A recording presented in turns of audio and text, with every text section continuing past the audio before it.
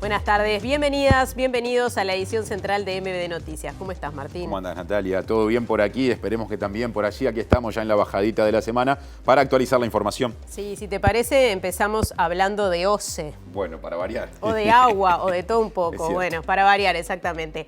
Nuevamente se postergó la llegada de la planta desalinizadora que la Universidad Tecnológica del Uruguay compró para OCE en el marco de la crisis hídrica.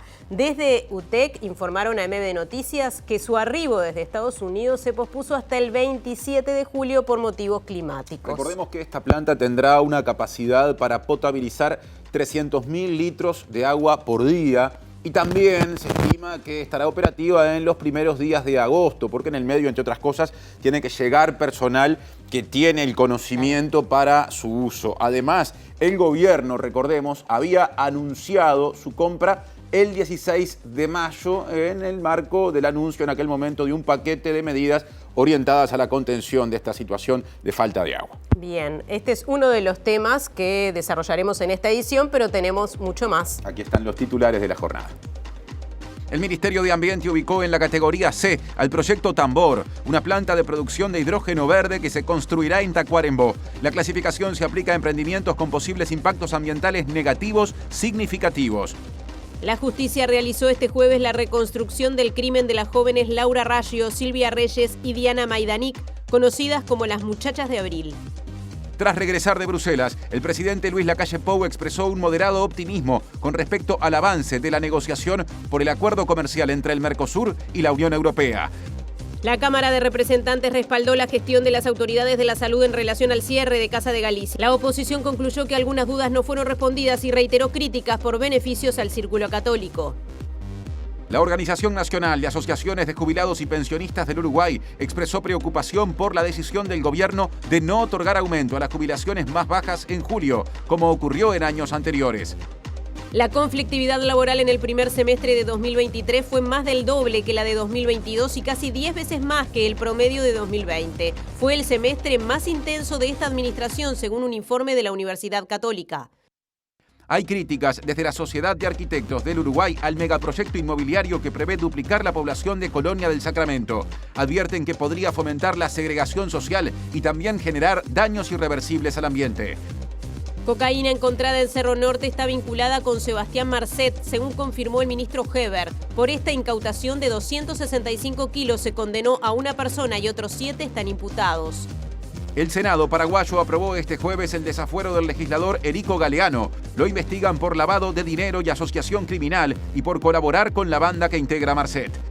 A 24 horas del cierre de la campaña por las elecciones del 23 de julio, los partidos españoles se lanzaron a la búsqueda del voto indeciso, especialmente los dos que luchan por ser la tercera fuerza política, la coalición de izquierda Sumar y el partido de ultraderecha Vox. Y bienvenidas también para quienes siguen cada una de nuestras ediciones informativas a través de Uniradio 107.7 de FM en Capital y Cercanías, radio de la Universidad de la República que se puede escuchar, y la edición central de MBD Noticias también a través de uniradio.edu.uy. Móviles de arranque ahora con Natalia. Sí, Martín, tenemos a dos de nuestros compañeros en distintos puntos de la ciudad con dos temas que van a desarrollar. Van a hacer un adelanto ahora del desarrollo posterior. Vamos a empezar con nuestro compañero Diego Martini. Hoy hubo una reconstrucción, la reconstrucción del asesinato de las llamadas muchachas de abril. Diego, adelante.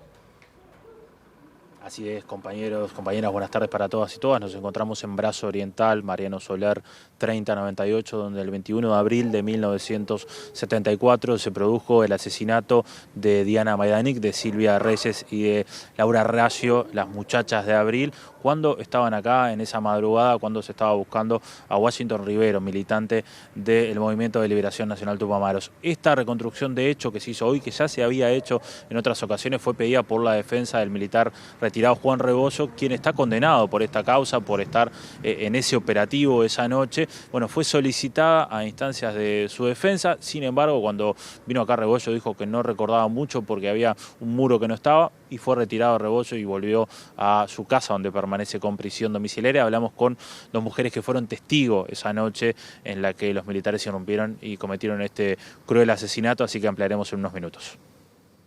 Bien, muchas gracias, Diego. Vamos ahora al contacto con nuestro compañero Martín Duarte, que está allí en la Intendencia de Montevideo. Se lanzó un programa Entornos Accesibles en las escuelas, Martín.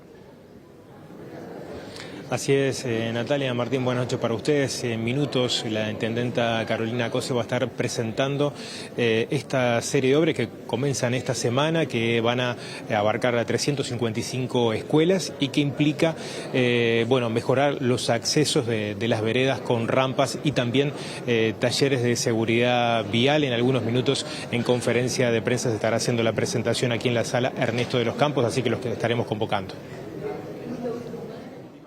Majdanik, una de las mujeres asesinadas y conocida para la posteridad como una de las muchachas de Abril, precisamente hablaron a propósito de la reconstrucción de estos crímenes que pidió la defensa de un militar que ha sido procesado con prisión por ese hecho, Juan Modesto Rebollo. De este tema entonces y de la reconstrucción hablaron Mónica Botsalavsky y también Alma Con. Hace poco estuvimos en el acto de reconocimiento de la sentencia de la Corte y bueno, dijimos, respiramos unos días, pero no, porque la defensa del general Rebollo, del que comandaba el grupo asesino de las muchachas de Abril, pide una reconstrucción de los hechos 49 años después. Ojalá a todo ciudadano de este país se le den las garantías que se le están dando a este señor, porque si esta reconstrucción se hace desde el punto de vista de la justicia para darle garantías a él, bueno, que eso sea general, ¿viste? Que sea para todo el mundo igual. Bien, empezamos el desarrollo de la información y comenzamos por otro tema. Sí. El presidente de la República expresó un moderado optimismo sobre el avance de la negociación por el acuerdo entre el Mercosur y la Unión Europea. También dijo que la complejidad para él radica más en aspectos políticos que en lo estrictamente comercial e hizo estas afirmaciones de retorno a Montevideo luego de participar en Bruselas de la cumbre entre la CELAC, ¿no?, que reúne a los distintos estados de las Américas y justamente el bloque europeo. Con moderado optimismo, por varios factores. Primero, una toma de conciencia que, como tú decías, 25 años negociando un acuerdo no parece lógico, y menos en la vertiginosidad del mundo moderno. Dos, por circunstancias políticas del Mercosur, que el presidente Lula en todos lados ha dicho que tiene interés en avanzar. Quizá Brasil era uno de los obstáculos relativo a temas ambientales, como había planteado la Unión Europea. Y este año que viene hay elecciones en la Unión Europea. Entonces, estos meses que quedan son fundamentales si nos ponemos de acuerdo. El tema comercial por un lado, el tema político por otro, pero insisto, moderado optimismo. Consultado sobre la situación de la crisis hídrica, el mandatario dijo que estamos en una situación compleja y muy lejos de ganar la batalla. Estamos en una situación compleja, no se puede cantar victoria, tiene que llover, hoy tenemos los registros mejores de lo que teníamos hace un tiempo, esto se va a mantener por suerte según las previsiones, pero no está la batalla terminada ni cerca. Y nos quedamos con este último tema porque nuevamente se postergó la llegada de la planta desalinizadora para uso de OCE proveniente de Estados Unidos. La Universidad Tecnológica del Uruguay, la UTEC, informó a MBD Noticias que su arribo se pospuso hasta el 27 de julio por motivos climáticos y que se estima que estará operativa a principios de agosto.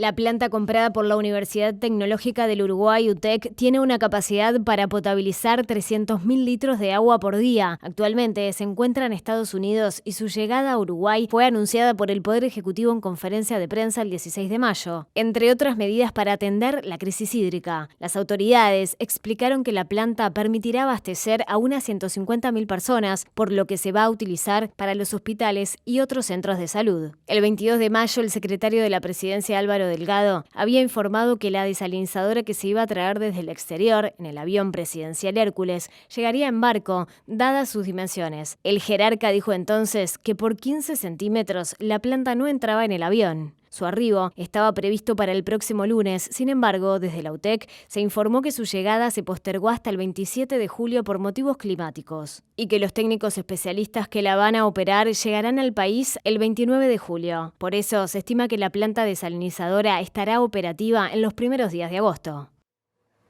Comienza la conferencia de prensa anunciada hace un ratito en la Intendencia de Montevideo. Hace su introducción Martín Duarte, que está allí bien cerca. Adelante. Así es, Martín, en el marco de Montevideo Avanza, Camino a Clase, decíamos que se está proponiendo esta conferencia de prensa sobre una serie de obras de acondicionamiento de veredas, construcción de rampas y también la instalación de cartelería en 355 escuelas públicas de primaria y jardines de infantes. Si les parece, le dejamos con la palabra de la intendenta Carolina Cosa. La toma de decisiones, por eso un gobierno basado en evidencia, pero también cimenta especialmente a la democracia, porque nos permite llevar los diálogos y los intercambios con la ciudadanía a un nivel mejor, a un nivel con evidencia y a un nivel de transparencia constante.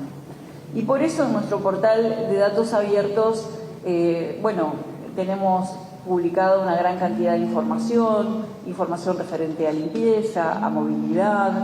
Anunciamos cada vez que vamos a tener una información, un capítulo nuevo, y en particular hace un tiempo, en conjunto con muchas personas del área de discapacidad y en conjunto con personas con discapacidad, hicimos un gran trabajo de relevamiento de la accesibilidad en Montevideo. Y ese gran trabajo se ha terminado de procesar en estos tiempos, ahora lo voy a mostrar, y esta evidencia nos ayuda a guiar nuestra acción, gobierno basado en evidencia.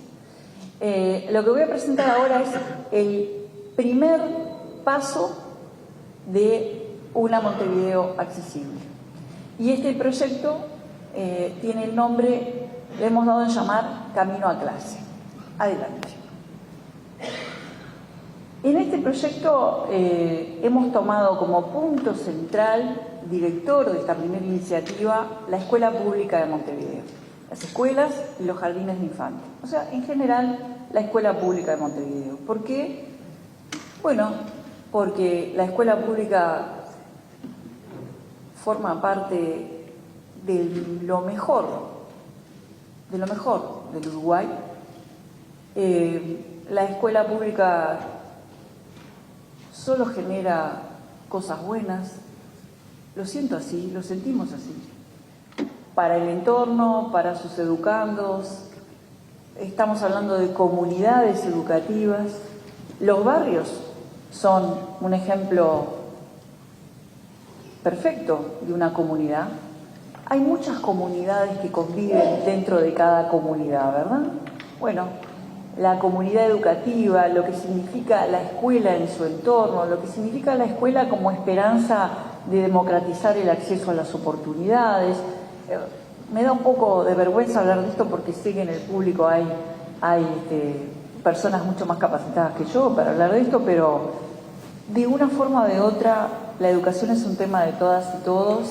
En particular dijimos, bueno, vamos a centrar nuestro primer paso hacia la accesibilidad en las escuelas públicas.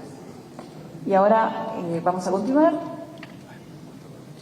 Bueno, estos son imágenes de buenos momentos. Adelante. La escuela pública es lo que pasa adentro, pero también es cómo llegar a la escuela. Acá vemos una imagen que es de la cotidianeidad de Montevideo y de todo el país. Adelante, por favor.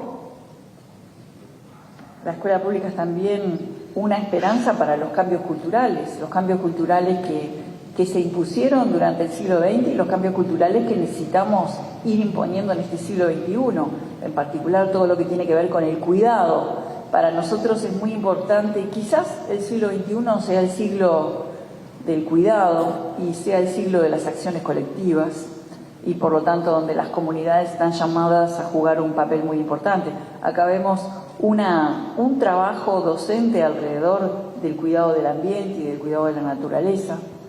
Adelante, por favor.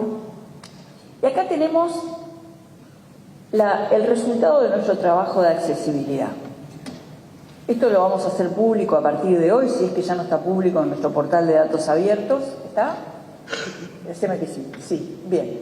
Ya está en nuestro portal de datos abiertos y como verán, hay mucho trabajo por hacer. Hay mucho trabajo. Tenemos una ciudad consolidada, con un área verde y amarilla, y tenemos problemas de accesibilidad en una parte importante de Montevideo. Bueno, ahí la pregunta es, nosotros publicamos datos para hacer algo con eso. Es importante tener datos y abrirlos si son la base para una acción. Bueno, esta es la acción. Adelante. Y acá tenemos cómo están distribuidas las escuelas públicas en todo Montevideo. Una maravilla. Una maravilla realmente. Las escuelas públicas y los jardines están casi uniformemente distribuidas por Montevideo. Entonces, por eso unimos las dos cosas. Lo mejor de nuestra cultura, lo mejor de nuestra tradición, con un problema que tenemos. Por eso el foco va a estar en el entorno de las escuelas como primer paso. Porque veamos que si superponemos los dos mapas, nos encontramos con que es una buena elección como primer paso elegir a las escuelas públicas, centros, faros de luz de los barrios, como punto neurálgico para atender los temas de caminos seguros y accesibilidad. Adelante. Entonces nuestra propuesta es la siguiente. Adelante. Vamos a crear caminos peatonales seguros y accesibles para todas las escuelas públicas de Montevideo y para todos los jardines de infantes de la escuela pública, ¿verdad? Y el cómo lo vamos a hacer es proponiéndole a la ciudadanía una instancia de participación organizada. Escuchábamos entonces a la intendenta de Montevideo, Carolina Cose, hablando entonces de este programa de entornos accesibles a las escuelas públicas. Allí se estaba presentando entonces esta acción de la Intendencia de Montevideo. Seguimos con otro tema, Martín, sí. O retomamos en realidad el tema del agua, porque desde OCE informaron que el abastecimiento de agua potable en La Valleja está llegando a los niveles normales, previos a la sequía. Y hay datos vinculados al embalse ubicado sobre el arroyo San Francisco, que en condiciones normales abastece al 100% de la ciudad de Minas, la capital departamental, y en este momento se encuentra en el 80% de su capacidad. Un comunicado dirigido a la población de Minas informa que las reservas en el embalse del arroyo San Francisco continúan recuperándose. En las últimas semanas el nivel aumentó más de 2 metros y actualmente representa un volumen del orden del 80%, cuando a mediados de mayo y anteriormente en marzo estuvo a menos del 5%. Según las autoridades serranas, en estos días se definió la normalización de la operativa del sistema de abastecimiento principal del embalse del arroyo San Francisco y se suspendió provisoriamente la operativa del sistema de abastecimiento de respaldo en Paso Campanero. Sin embargo, se mantiene en funcionamiento el parque de perforaciones de la ciudad de Minas. Desde OCE señalan que muy probablemente con las próximas lluvias el embalse recuperará sus niveles pre-sequía, pero mantienen hasta nuevo aviso la recomendación de evitar consumir agua potable en usos no esenciales como el riego y el lavado de autos. En los momentos de menor caudal del embalse San Francisco, que abastece a toda la ciudad minuana, el sistema de respaldo de Campanero estaba proporcionando el 50% del agua. La situación actual se logró no solo gracias a las lluvias, sino también por los ajustes de la red que controlaron gastos y el arreglo de pérdidas. A propósito, desde OCE aprovecharon el comunicado para solicitar a la población que ante pérdidas de agua en las vías públicas se dé aviso a las oficinas de atención del ente. Otra vez cambiamos de tema porque la Dirección Nacional de Aduanas de Uruguay y su similar paraguaya firmaron un convenio para compartir las imágenes provenientes de sus respectivos escáneres que se usan para las cargas que pasan, por ejemplo, por los puertos, pero no solo. Jaime Borgiani, director del organismo en Uruguay, aseguró que solamente se está controlando 7 u 8% de la mercadería en tránsito. Uruguay hoy no tiene la capacidad de aumentar su escaneo de carga. Tampoco podemos aperturar todos los contenedores en tránsito porque hay operadores que no están en ninguna maniobra y lo estaríamos perjudicando. De esta forma, cuando nosotros analicemos alguna operación, vamos a tener acceso a las imágenes que tomó la aduana paraguaya en el momento de la carga de ese contenedor, y es un elemento más para determinar o no medidas adicionales de control. Nosotros tenemos un control casi la totalidad de la exportación y algunos tránsitos. En promedio es el 75%, hoy es el 7-8%. Bien, ¿cuándo van a quedar operativos los 3? Y ojalá que sobre fin de año, los primeros meses del año que viene.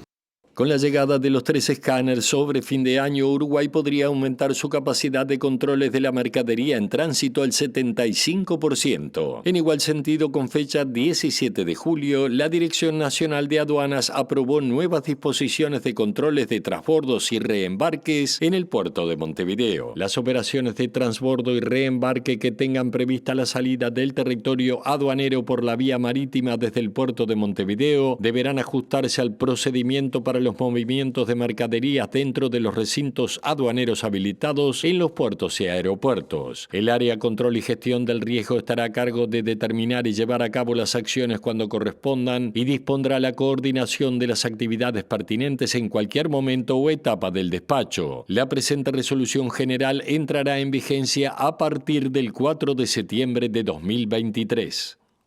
Ahora móvil, en Brazo Oriental está Diego Martini para profundizar en un tema mencionado por lo menos 2 veces en el comienzo de la edición de hoy. Adelante, Diego. Así es, compañeros, desarrollamos desde aquí, desde la esquina de Mariano Soler y Ramón de Santiago. Mariano Soler, 3098 es la ubicación exacta donde el 21 de abril de 1974, madrugada, 3 de la mañana casi, la policía llegaba en búsqueda de Washington Barrios. Golpearon la puerta, preguntaron por él y su padre se hizo pasar por él, luego se dieron cuenta que no era y se dio una situación en la que 3 jóvenes fueron asesinadas. Se trata de Silvia Reyes, Laura Maidanic, que fueron asesinadas, y Silvia Rayo, perdón, que fueron asesinadas acá en esta zona. Y recién el año pasado la justicia condenó a los militares responsables de ese operativo y en ese momento la jueza Isaura Tórtora culpó a el militar retirado Juan Rebollo, quien está condenado por estos asesinatos y está preso con prisión domiciliaria. A pedido de la defensa del militar retirado Juan Rebollo es que se realizó esta reconstrucción del hecho. Ya se había hecho en otras ocasiones, pero bueno, hoy se volvió a hacer y cerca de las 12 del mediodía, con presencia de la jueza, con presencia del fiscal especializado en crímenes de lesa humanidad, Ricardo Percivale, a eso de las 12 del mediodía se comenzó con esta reconstrucción del hecho que tuvo, bueno, obviamente a estas 2 partes, a la defensa, al propio imputado Juan Rebollo que estuvo presente y a testigos del episodio.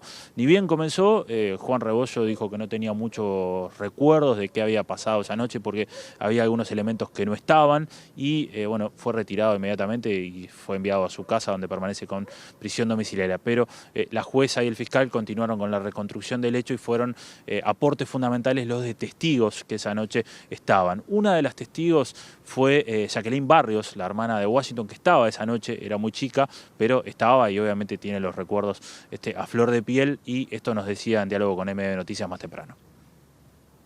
Golpearon violentamente, ya gritando que eran las fuerzas conjuntas, abran o tiramos. Cuando mi padre abre la puerta, el patio ahí estaba lleno de soldados, lo querían sacar para afuera.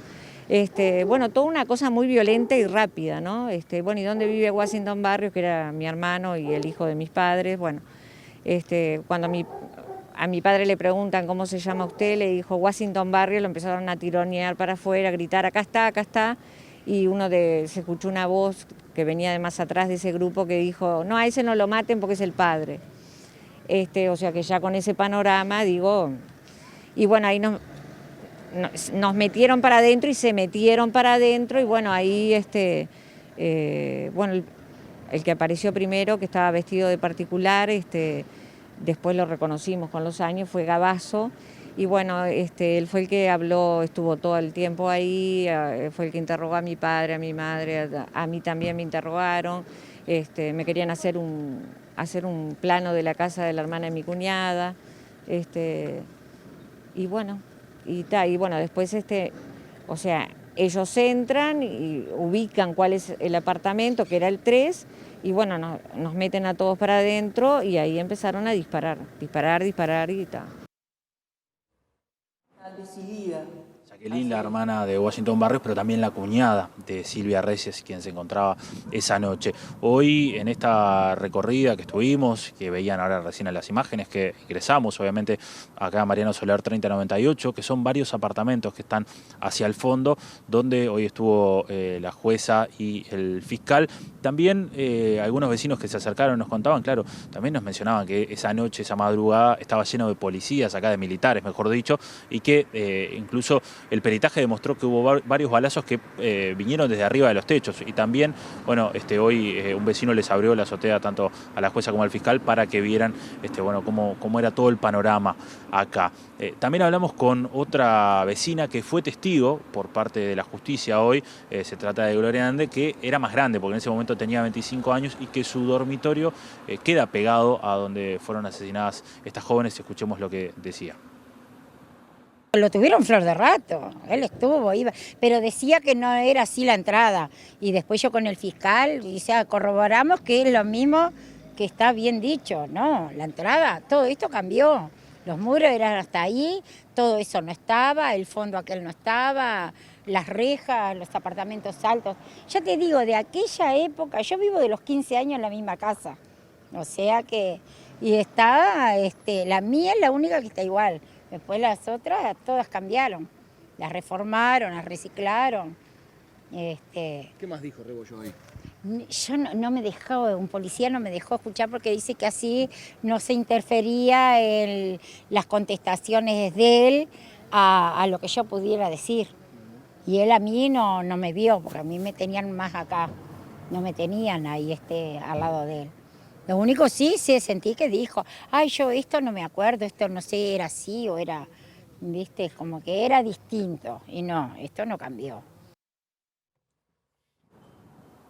Bueno, y lo que no cambió también es el sentimiento que tienen los vecinos y las vecinas de acá de la zona, y a mis espaldas están viendo este recuerdo a las tres muchachas, a Laura Racio, a Diana Maidanik y a Silvia Reyes. Y bueno, esto se suma también a lo que fue el reconocimiento por parte del Estado uruguayo el 19 de junio pasado, por obligación de la Corte Interamericana de Derechos Humanos, a estos crímenes que cometió el Estado uruguayo. No fue, digamos que el mejor recuerdo hoy para el barrio, volver a tener que vivir esta situación mediante una reconstrucción de hecho, pero bueno, la verdad es con la que se terminan aferrando vecinos, vecinas y familiares de estas tres jóvenes que, como decíamos, fueron brutalmente asesinadas la noche del 21 de abril de 1974. Bien, muchas gracias Diego y equipo, y cambiamos de tema. Martín, les contamos que el cargamento de cocaína encontrado días atrás en Cerro Norte está vinculado al narcotraficante Sebastián Marcet. Recordemos, son 265 kilos por los que se condenó a una persona y se imputó a otras 7, según confirmó el ministro del Interior, Luis Alberto Heber. Esto fue anunciado por el ministro del Interior, Luis Alberto Heber, en diálogo con la prensa. Comunicó que la droga encontrada en tablas de madera el 10 de julio en una vivienda en Cerro Norte tiene conexión con el narcotraficante uruguayo Sebastián Marcet. En ese momento se manejaba como una posibilidad, ya que la droga tenía la marca Rey del Sur, que estaba vinculada a Marcet en otras ocasiones. Por este caso fueron capturadas 11 personas, de las cuales 7 eran uruguayas y 4 colombianas. Según detalló Heber, este caso tiene conexiones directas con Marcet y aclaró que el narcotraficante tiene únicamente una requisitoria en Paraguay y no de Uruguay, ya que sus causas están cerradas y no hay ninguna investigación fiscal en su contra. Uno de los imputados por el cargamento de Cerro Norte es el empresario Jorge Pérez Bentancor, propietario de una empresa de importación de madera. El empresario fue detenido en su casa en La Tahona. La fiscal Mónica Ferrero es quien continúa investigando el caso y solicitó la reserva del expediente. También el ministro Luis Alberto Heber aseguró que por el momento no le llegó la citación de Fiscalía por la investigación sobre la entrega del pasaporte a Sebastián Marcet cuando estaba preso en Dubái, que utilizó para salir en libertad. Más violencia contra personas en situación de calle. Atención, un hombre de 52 años que vivía en esa situación en el departamento de Salto fue incendiado intencionalmente. Actualmente se encuentra internado en el Centro Nacional de Quemados y tiene un 40% de su cuerpo afectado. El diario Cambio de Salto informó que un hombre de 52 años que se encontraba descansando en una carpa en el centro de la capital salteña fue incendiado intencionalmente. La víctima estaba en situación de calle. En el momento del evento, el sábado 15 de julio, fue trasladado de emergencias del hospital de Salto y allí le diagnosticaron quemaduras graves en piernas y testículos. Tiempo después fue derivado al Centro Nacional de Atención al Quemado del Hospital de Clínicas, donde se encuentra actualmente. Su diagnóstico es grave, ya que las quemaduras tuvieron una gran magnitud y se encuentra entubado. Según el observador, tiene más del 40% del cuerpo afectado. Ya fue operado y está siendo tratado con injertos en las zonas más quemadas de su cuerpo. Esta noticia se da en un contexto de denuncias en Montevideo por ataques con bates de béisbol y agresiones a personas en situación de calle. Presenta Antel Conecta 5G con Uruguay para que vos te conectes con el futuro. Móvil con contenido ambiental vinculado a la energía, en fin, desarrolla Mariana Abreu, a quien volvemos a recibir, o estamos recibiendo en realidad en este momento. ¿Cómo andas, Mariana? Muy bien, Martín, el saludo para todos. Estamos en la torre ejecutiva porque aquí funciona el Ministerio de Ambiente y hay novedades en relación al proyecto Tambor, esta planta que se va a construir en el departamento de Tacuarembó para producir hidrógeno verde y derivados, porque el Ministerio de Ambiente clasificó este proyecto en la categoría C. Es la categoría para emprendimientos con posibles impactos negativos ambientales significativos, más allá de las medidas que se puedan aplicar para mitigar y también para prevenirlos. Nosotros estuvimos consultando con la empresa y también con organismos de gobierno en relación a las evaluaciones que están haciendo estas dos empresas, es una alemana y una uruguaya, en relación a las fuentes de agua que tienen disponibles para justamente producir el hidrógeno verde. Desde las empresas y también desde los organismos públicos, lo que se nos ha comentado es que si bien se están haciendo diferentes pozos y perforaciones, estos no llegan al acuífero guaraní. Era una de las preocupaciones que había por parte de la comunidad y también por parte de la academia.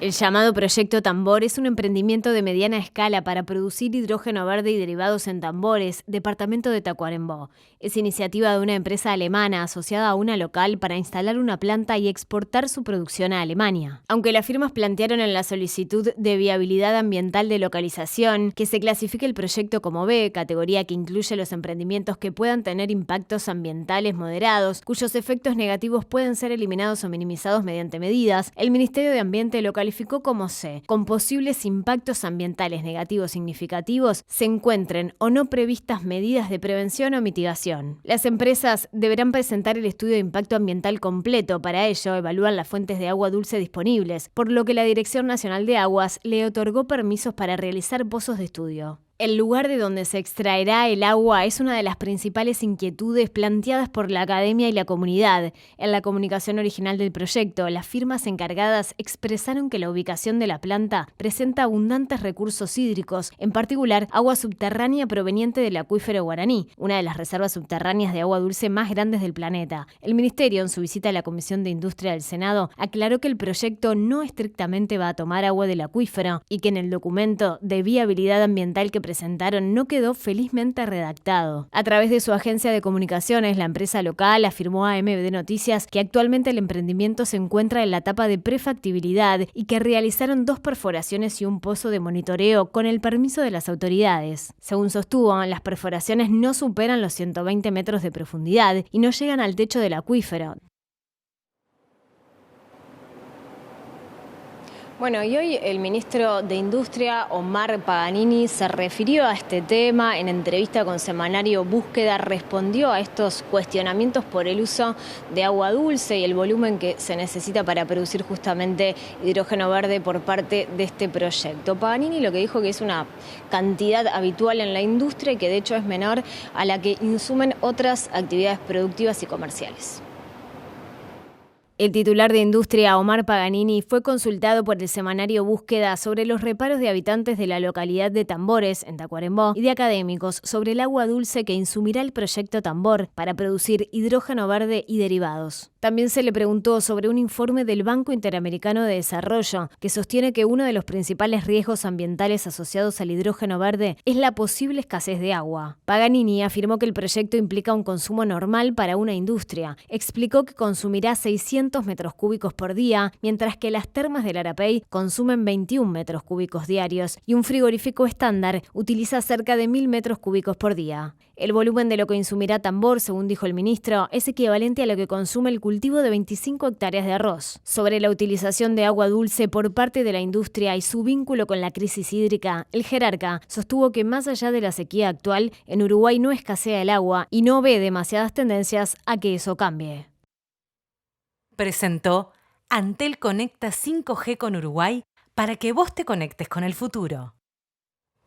Bien, cambiamos de tema, pasamos a la política partidaria porque se realizó el acto de lanzamiento de Sumar, un nuevo sector del Partido Nacional. La agrupación es liderada por la precandidata presidencial Laura Raffo, que fue la figura principal de la actividad.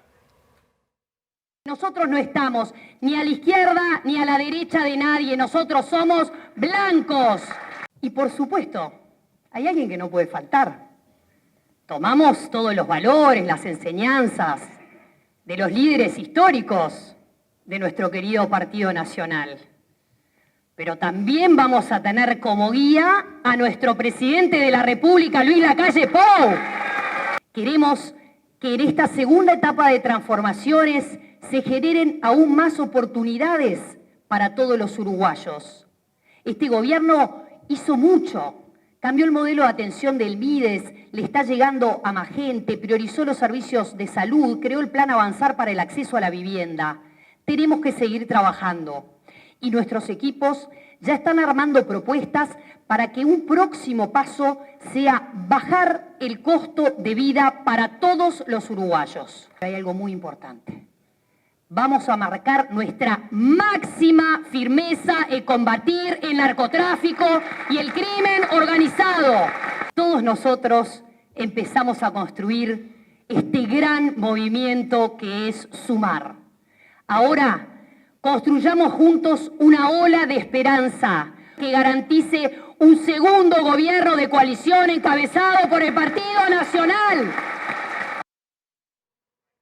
Raffo miró a las internas y al final también un poco más allá. Y nosotros ahora en el espacio Opinión Ciudadana, con los sondeos que habitualmente, semanalmente hace la Usina de Percepción Ciudadana, vamos a mirar a octubre del año 2024. ¿O miento, Juani? ¿Cómo andás? Juan Ignacio Dorrego con ustedes. Hola, Martín, ¿cómo estás? Todo Buenas bien. noches también a la teleaudiencia en sus casas.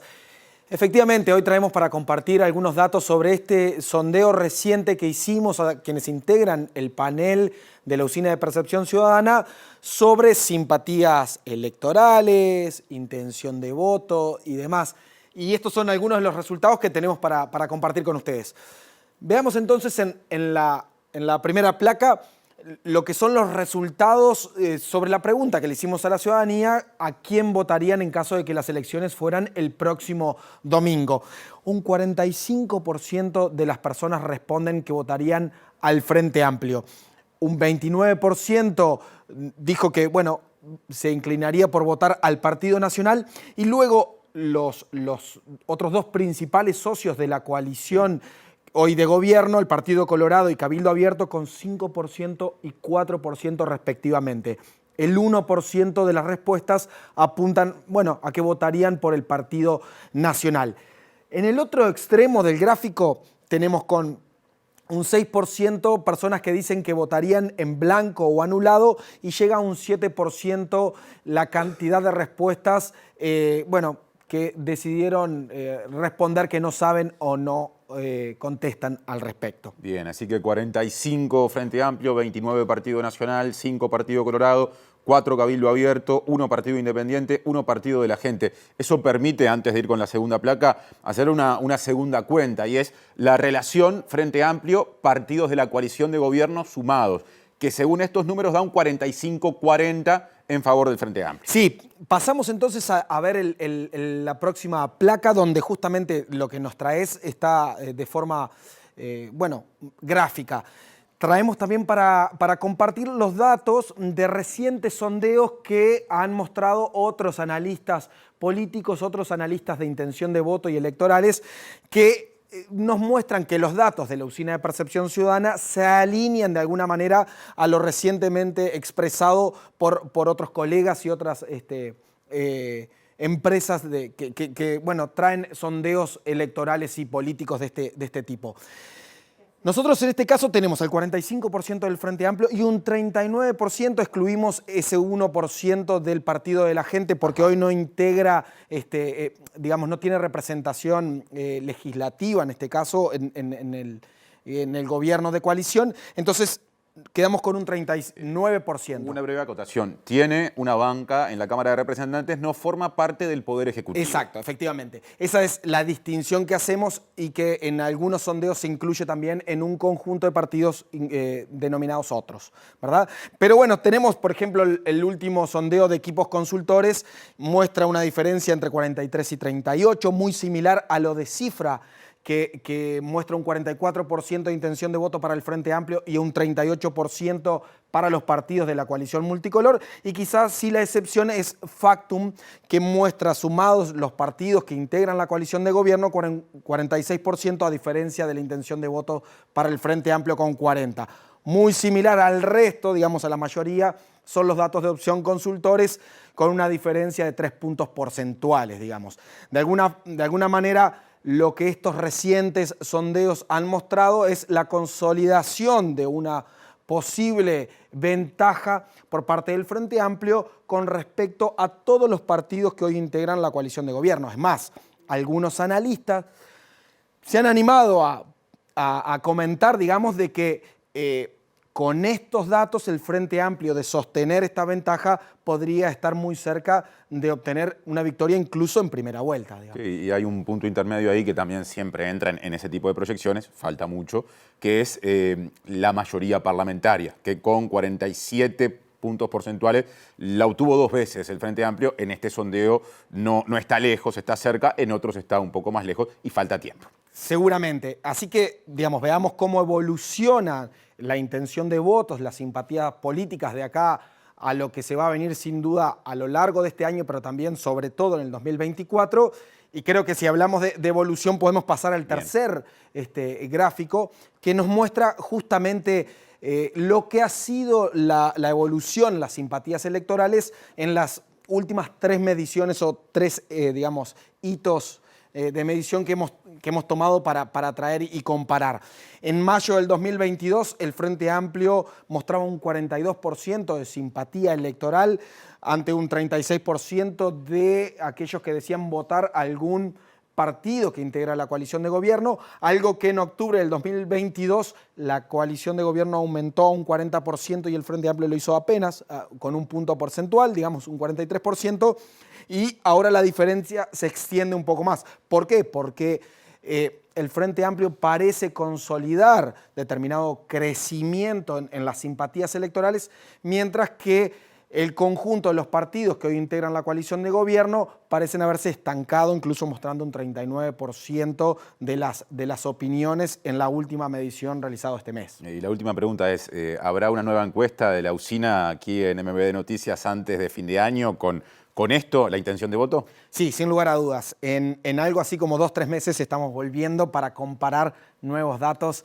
y tener una nueva imagen de lo que es no solamente las preferencias políticas puntualmente en el momento que tomemos la medición, sino también creo que es importante ver la evolución histórica. Gracias, Juan. Quedó el compromiso aparte y sigue Natalia.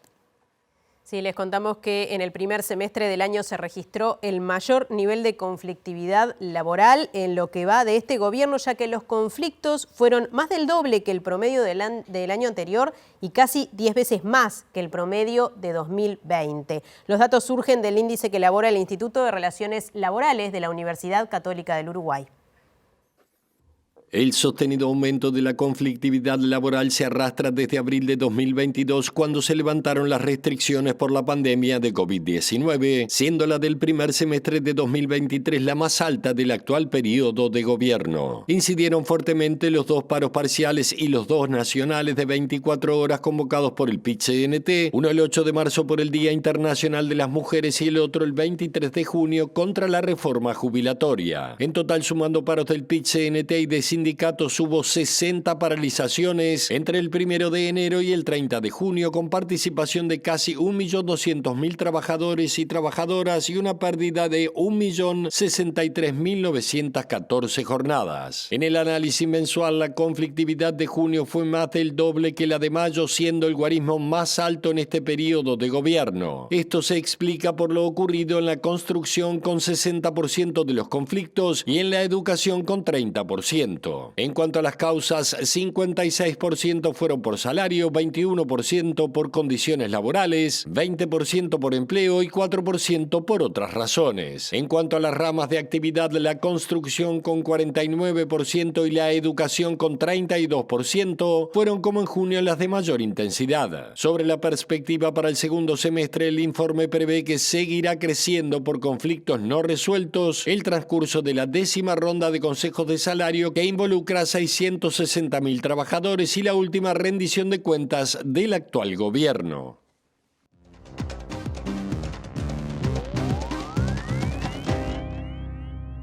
Bien, hoy es jueves, día de recibir al economista Germán de Agosto en esta columna de análisis económico. Germán, bienvenido. Muchas gracias, Nati, ¿cómo andás? Bueno, recién oíamos hablar de esta 10ª ronda de consejos de salarios y justamente, ya que estamos, se puede analizar por lo menos cuáles son los lineamientos, las características. Tal cual, y tuvimos algunas novedades en las últimas horas, y el lunes iría el ministro justamente a la Comisión de Hacienda, así que vamos a aprovechar y simplemente un breve repaso de lo que estamos dando en los lineamientos. Tenemos convenios que son a 2 años, eso es decir, de julio ahora, de julio de 2023 hasta junio de 2025, sería la vigencia de los lineamientos que plantea el Poder Ejecutivo. Eso es independiente de lo que después pueda resultar a partir de la negociación tripartita. Esto es la cancha, como la marca. Parte de esto. Exacto, eso sería lo deseable para el Poder Ejecutivo en función de otros de sus objetivos, ¿sí? Tenemos ajustes semestrales de salarios que van a contemplar una parte de la inflación proyectada para ese periodo, ¿sí?, que es semestral, más ese componente de recuperación, porque justamente llegamos a esta 10ª ronda con un porcentaje, ¿sí?, todavía que nos queda pendiente por recuperar en función de lo que se perdió principalmente durante la 8ª ronda.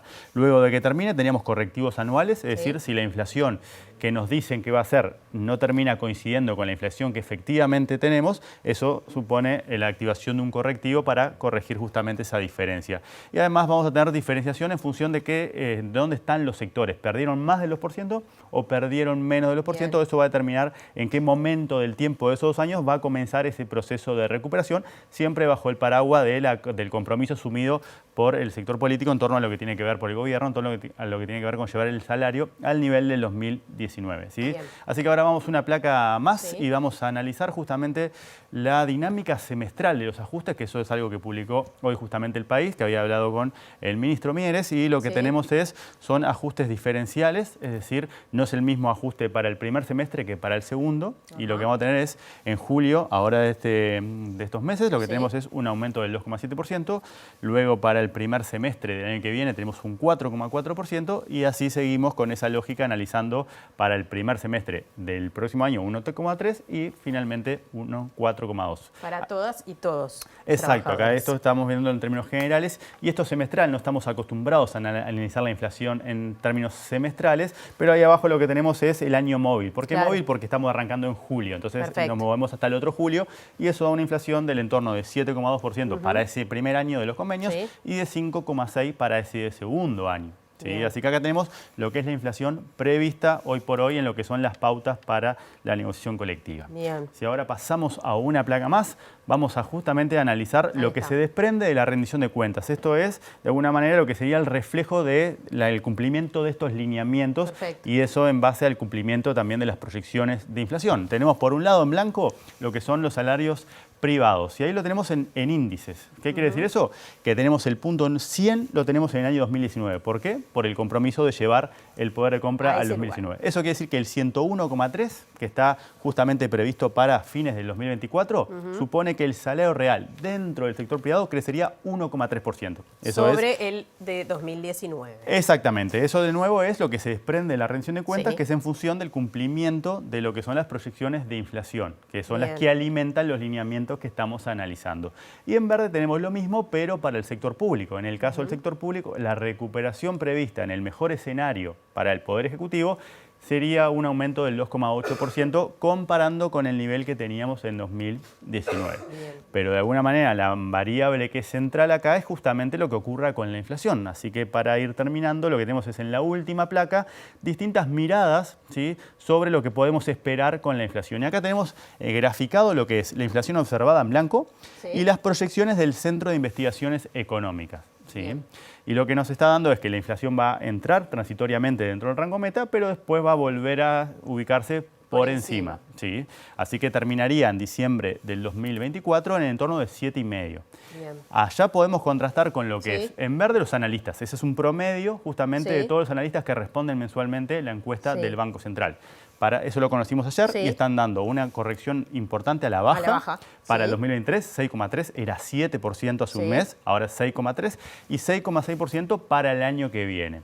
Los empresarios están bastante estables en el 8. En el 8, se quedan ahí. Exactamente. Y el gobierno, que es justamente lo relevante, porque es lo que nutre de alguna manera esas proyecciones de salario real que vimos, está dando 6,7 para este año, pero 5,8 para el año que viene. O sea que ese 5,8 desentona en relación a lo que están esperando el promedio de los analistas, los empresarios y en particular el CINVE, que vale la pena mencionar también que fue reconocido como la institución con mejores proyecciones para la inflación en el 2022, un premio, un reconocimiento que ya había obtenido. Exacto, eso, recordar quiénes habían llegado al número más cercano a la realidad, ¿no? O sea, nos podríamos quedar por ahí con ese número.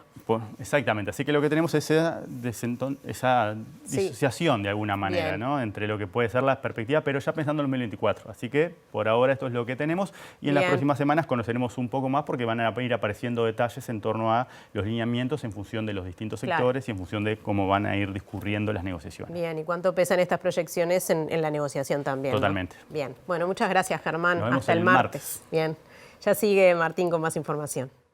Y con temas vinculados en algún punto, porque la Organización Nacional de Asociaciones de Jubilados y Pensionistas del Uruguay, ONAJPU, ha expresado preocupación porque el gobierno ha decidido no aumentar o no ha decidido de momento que haya un aumento de las pasividades en el mes de julio. Desde la ONAJPU, como en años anteriores, se insiste con que jubilaciones y pensiones han perdido poder de compra. Hasta el día de hoy no hemos tenido respuesta. Debemos de insistir que, digamos, hasta fines de septiembre, si el Ejecutivo se decide, todavía estaríamos a tiempo de otorgar ese 3%. E insistimos nosotros en la pérdida de poder de compra de nuestros jubilados y pensionistas, en la pérdida de calidad de vida. Ya vamos en un 2,3 de pérdida, o sea que no nos recuperamos. Y tengamos bien claro que lo que no se apruebe antes de la rendición de cuentas del mes de octubre, ya después es inamovible porque el año que viene tenemos un año electoral, salvo lo que se ajusten las pasividades por ley a partir del 1 de enero. El Banco de Previsión Social, en su presupuesto del año 2022, tuvo un ahorro de millones de dólares por no otorgar la canasta de invierno. Entonces, ¿es ahorro cuando es sobre la necesidad de la gente? Estas son las cosas que nos inquietan. Ovelar recordó que en 2021 y 2022 se otorgaron aumentos en julio que luego fueron descontados y agregó que se mantendrán contactos y habrá una movilización en busca de que este aumento se concrete. El Zunca aprobó un nuevo convenio colectivo para el sector de la construcción. El presidente del sindicato, Daniel Liberio, dijo que uno de los objetivos principales es la creación de un quinto fondo social para salud mental y adicciones. Esta asamblea tiene que ver con intentar hacer un resumen de lo que ha sido nuestra movilización desde el 1 de abril hasta la fecha, intentando lograr un objetivo claro que es una plataforma que fue discutida en los centros de trabajo, que fue discutida en un congreso, que fue discutida en la Asamblea General, y esa plataforma que después de mucha lucha, de muchas movilizaciones, bueno, en el día de ayer, a partir de las 3 de la tarde, empezamos la negociación, recién terminamos y queremos presentarle al gremio cuáles son los puntos que hemos avanzado para que el gremio resuelva si es de aprobación o no. La plataforma nuestra tiene varios componentes: económico, que tiene que ver con el ajuste salarial, como corresponde; tiene algunos otros componentes que son justamente de salud, como en este caso el quinto fondo social. Es un reclamo y un trabajo nuestro que venimos haciendo mucho tiempo por la situación de la salud mental y también las adiciones que tenemos en nuestro gremio, como tenemos en la sociedad. Y nosotros entendíamos que la mejor forma de aportar en este sentido era trabajando para la construcción de un quinto fondo social que permita la atención o la contención de aquellas compañeras, compañeros, incluso hijos e hijas de esos trabajadores que están pasando por situaciones. Presenta Mercado Agrícola de Montevideo, en el corazón de un barrio donde late la ciudad. Mercado de Historias. Mercado de Historia.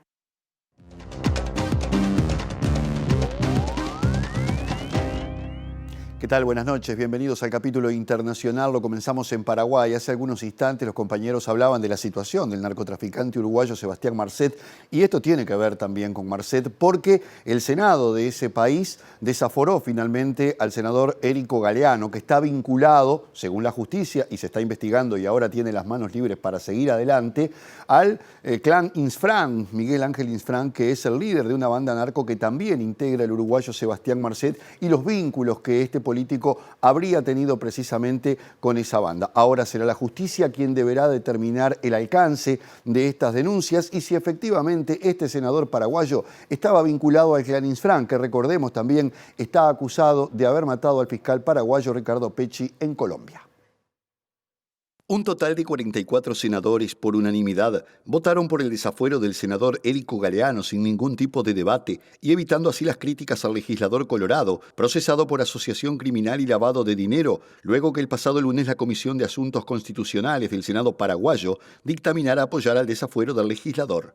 A 20 días de su juramento, el senador que responde al sector del expresidente Horacio Cartes se convirtió hoy en el primer parlamentario del periodo en ser desaforado, por lo que sin inmunidad, el juez Gustavo Amarilla podría pedir su prisión preventiva en el marco del operativo antidrogas a ultranza Pi.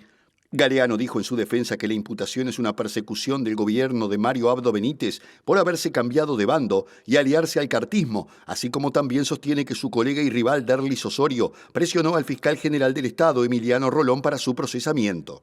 En las investigaciones surge que un inmueble suyo fue utilizado para simular una compra-venta con dinero proveniente del crimen organizado y una avioneta suya habría sido usada para el traslado de cocaína al menos 5 veces, facilitando el envío de cargas al extranjero por parte de la banda encabezada por Miguel Ángel Insfrán y el uruguayo Sebastián Marcet. El Tribunal Especializado en Delitos Económicos y Crimen Organizado ratificó la legalidad del proceso abierto al senador colorado por supuesto lavado de dinero y asociación criminal como derivación de las investigaciones iniciadas a partir del operativo a ultranza Pi, al ratificar la decisión del juez penal de garantías Gustavo Amarilla de rechazar la excepción de incompetencia de jurisdicción presentada por la defensa el 16 de junio pasado. Se terminó el tiempo de la campaña electoral en España y el próximo domingo habrá elecciones generales que se han dado en el marco, de una arremetida final por el voto indeciso, sobre todo después de un debate presidencial que hubo en la TV pública española, muy comentado porque estuvieron 3 de los candidatos principales y no estuvo quien hasta ahora tiene las mayores preferencias según los sondeos, que es Alberto Núñez Feijóo del Partido Popular. Según los analistas, quienes están disputando ese voto indeciso con mayor énfasis son Yolanda Díaz, del izquierdista Sumar, y el líder de Vox, Abascal, quienes pretenden ocupar un buen tercer lugar para eventualmente formar un gobierno de coalición con quien gane, de acuerdo al resultado final del próximo domingo. Ambos partidos, liderados respectivamente por la vicepresidenta segunda del Ejecutivo Yolanda Díaz y Santiago Abascal, podrían ser claves para la formación del gobierno que saldrá de las urnas el próximo domingo, siempre y cuando ni el conservador Partido Popular, encabezado por Alberto Núñez Feijóo, ni el Partido Socialista del actual presidente Pedro Sánchez obtengan mayoría absoluta. El hecho de que las elecciones fueran adelantadas por Sánchez a plena época estival en España, cuando las temperaturas alcanzan en algunas zonas los 40 grados y con la mayoría de españoles de vacaciones, fue uno de los primeros puntos de discusión y polémica y se ha convertido ahora en una de las promesas electorales del candidato con mejor intención de voto, Alberto Núñez Feijóo del Partido Popular, quien se comprometió a reformar la ley electoral para que no se puedan celebrar elecciones en los meses de julio y agosto. El candidato conservador retomó sus actos de campaña hoy con su nombre en boca de todos, al haber sido el gran ausente en el último debate electoral celebrado ayer en la televisión pública española, en el que sí participaron Sánchez, Díaz y Abascal, donde se vio la unión de la izquierda, representada por Sánchez y Díaz frente a Abascal, y el constante recuerdo de la ausencia de Feijóo, a quien acusaron de tener miedo de aparecer públicamente en el debate junto al líder de Vox.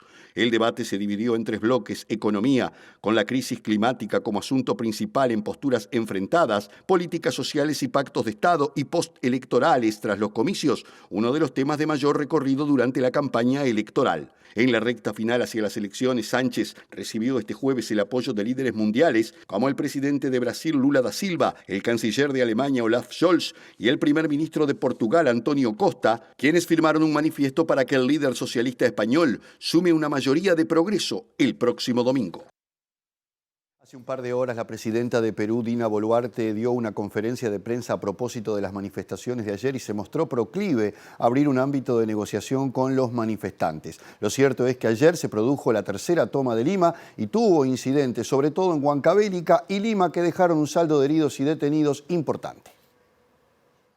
Y los choques entre manifestantes y policías reportados por la Defensoría del Pueblo se registraron principalmente en la Plaza de Armas de Huancavelica, donde los funcionarios lanzaron gases lacrimógenos, mientras que frente al Congreso en Lima hubo momentos de tensión cuando los manifestantes intentaron romper el cerco policial y los uniformados respondieron con bombas lacrimógenas, aunque también se reportaron heridos con perdigones. El Ministerio de Salud publicó en sus redes durante las manifestaciones en el centro de Lima que fueron atendidas 11 personas con contusiones y heridas en el cuerpo, mientras que la Asociación Nacional de Periodistas registró ataques a 7 reporteros durante la jornada y, según este reporte, elaborado por la Oficina de Derechos Humanos, 6 de los ataques habrían sido perpetrados por civiles y 1 por agentes policiales.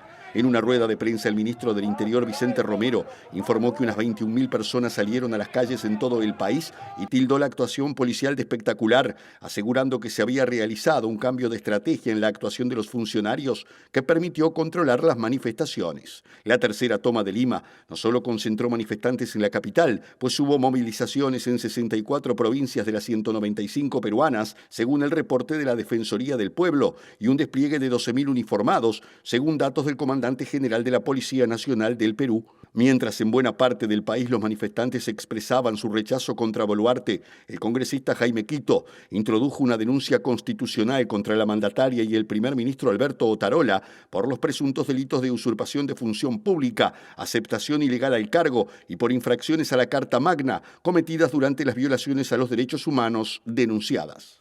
La Asociación Sindical de Cooperativas y Obreros del Transporte mantiene un paro hasta el ingreso de los turnos nocturnos de esta noche debido a que un chofer sufrió una agresión. Claro, el trabajador recibió un golpe en su rostro luego de enfrentar, digamos, a una pareja que pretendía viajar sin pagar boleto en la esquina de 8 de octubre y Belén. En este caso fue un problema por un pase libre mal utilizado, un pase libre utilizado incorrectamente, y cuando nuestro compañero quiso cobrar el boleto, que era lo que correspondía, fue agredido, según sus palabras, sin más trámite. Inmediatamente le pegaron, lo lastimaron, y eso pasa muchísimas veces, de diferentes maneras, pero creemos que lo de ayer fue también muy grave. Bueno, en este caso concreto nosotros tenemos un problema que es con unas tarjetas de convenios sociales, que la Intendencia de Montevideo se comprometió a cambiarlas, a cambiar el sistema. Ya hace tiempo que estamos tras de eso, no se ha hecho hasta ahora y nosotros consideramos imprescindible que en este caso se cambie el sistema de esos pases libres que siempre nos dan problemas. Después hay un tema de vigilancia, de control. Nosotros seguimos insistiendo en la necesidad de poner cámaras en todas las unidades, como forma también de bajar un poco la cantidad de agresiones de estos tipos. Pero también hay un tema cultural, que la sociedad tiene que entender que no nos podemos vincular a las piñas con los demás, ¿no? Quedamos con algo que decía Marrero, porque a raíz de este hecho, la Intendencia de Montevideo intimó hoy a las empresas de ómnibus a colocar cámaras de seguridad en todas sus unidades y les dio para eso un plazo de 180 días. El director de transporte de la comuna, Pablo Menoni, dijo que la falta de cámaras se concentra en los ómnibus de las cooperativas. Nosotros estamos promoviendo un ámbito de diálogo entre trabajadores, empresas y, por supuesto, la autoridad competente, que es el Ministerio del Interior. En segundo lugar, nosotros estamos promoviendo una resolución, la cual obligará a todas las empresas del transporte que nosotros regulamos a contar con una cámara de seguridad que debería ser usada como elemento de prueba ante hechos de este tipo ante la justicia. Entendemos también que va a funcionar como un elemento disuasorio. Hoy en día en las empresas tenemos una heterogeneidad muy importante, porque hay empresas que tienen, por ejemplo, algunas hasta 5 cámaras arriba de un ómnibus y hay otras que no lo tienen. Hay una empresa que tiene un promedio entre 5 y 7 cámaras. Las cooperativas, en algunas hay otra empresa también que no es cooperativa que también tiene cámaras en la totalidad de sus unidades, Comesa. Nosotros, a partir de la promulgación de la resolución de la intendenta, hay 180 días para que quienes no tienen cámara instalen una cámara. La cámara va a estar apuntando a la puerta de ascenso, tiene que registrar por lo menos 10 días, tiene que grabar por lo menos 10 días. Bien, nos estamos yendo, repasamos rápidamente los datos del tiempo para los próximos 3 días en el área metropolitana. Ahí está justamente lo que prevé Inumet. Primero para mañana, viernes 21 de julio, mínima 10 grados, máxima 24. Se cumple lo que se esperaba, temperaturas muy altas para esta época. Y atención, porque luego del mediodía va a estar ventoso en la capital y cercanías. Sí, los vientos van a seguir hasta el sábado. Se espera que incluso haya vientos de bastante alta intensidad. Se habla de que podría haber vientos de hasta 60 kilómetros por hora. El sábado 22 de julio va a estar nuboso, ventoso y con bastante calor. 18 grados la mínima y 25 la máxima. Y a todo eso le sumamos que hay chance de que llueva por la noche del sábado. El domingo, probabilidad de precipitaciones media, dice Inumet, mínima 8 grados, máxima 22. Bien, bueno, nosotros nos vamos, Martín, ya viene lado B. Sí, como siempre, les dejamos la invitación para que se queden y para que mañana estén otra vez puntualmente a las 7 de la tarde esperando a la edición central de MBD Noticias. Hasta mañana. Que pasen bien.